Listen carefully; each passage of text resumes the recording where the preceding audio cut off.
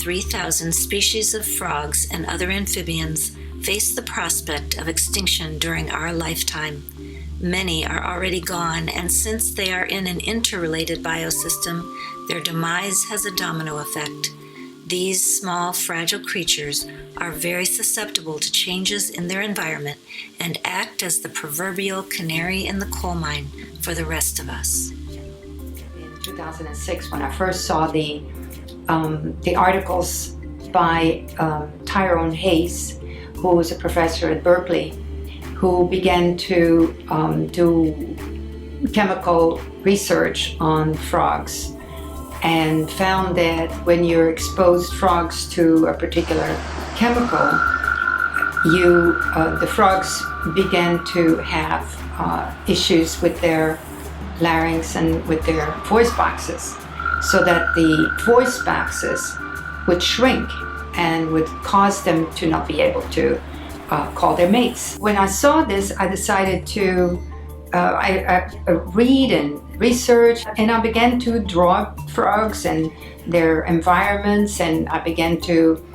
express myself on my own and began to do some artwork around that. But as time went by, I decided I need to do more. I can't just paint pictures about it. I have to be there's got to be a way that I can get the message out to people. And I felt that as an artist, I could bring more attention to this particular plight of the amphibians, and began to design an idea of an installation. And the installation started to take a life of its own. I began to think about how could I get more people involved? How could I bring more people into the picture so that more people would be exposed to that knowledge that amphibians are disappearing, and frogs are in the foreground of that. So the idea is that artists all over the world could send in 4x4 images that will be displayed on a 25-foot wall, a very long wall. And depending on how many frog images we have, it may be anywhere from 3 feet to 6 feet to 7 feet tall, 25 feet long, all little frogs and amphibians. So that's my request, is that artists make amphibians or frog images and send them to me, and we will have a beautiful exhibit. And I also envision this to be about a frog environment.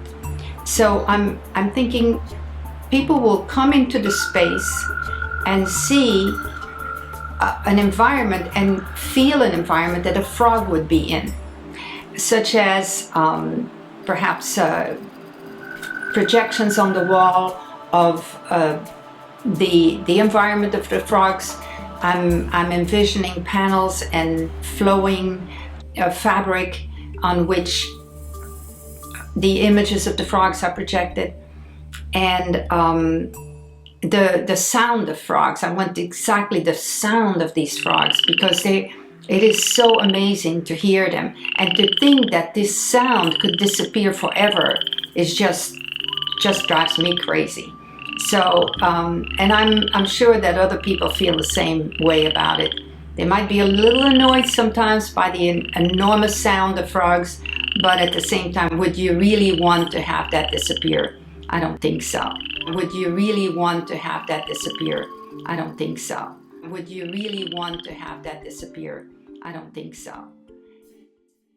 Yeah, I don't want to stick my head in the sand, because I worry that there might be blood on our hands. Yeah, I worry that there might be blood on our hands. Better think twice. Is this a warning sign? Like a dead canary in a coal mine. Better think twice. Better not turn a blind eye. If there's a dead canary in our coal mine.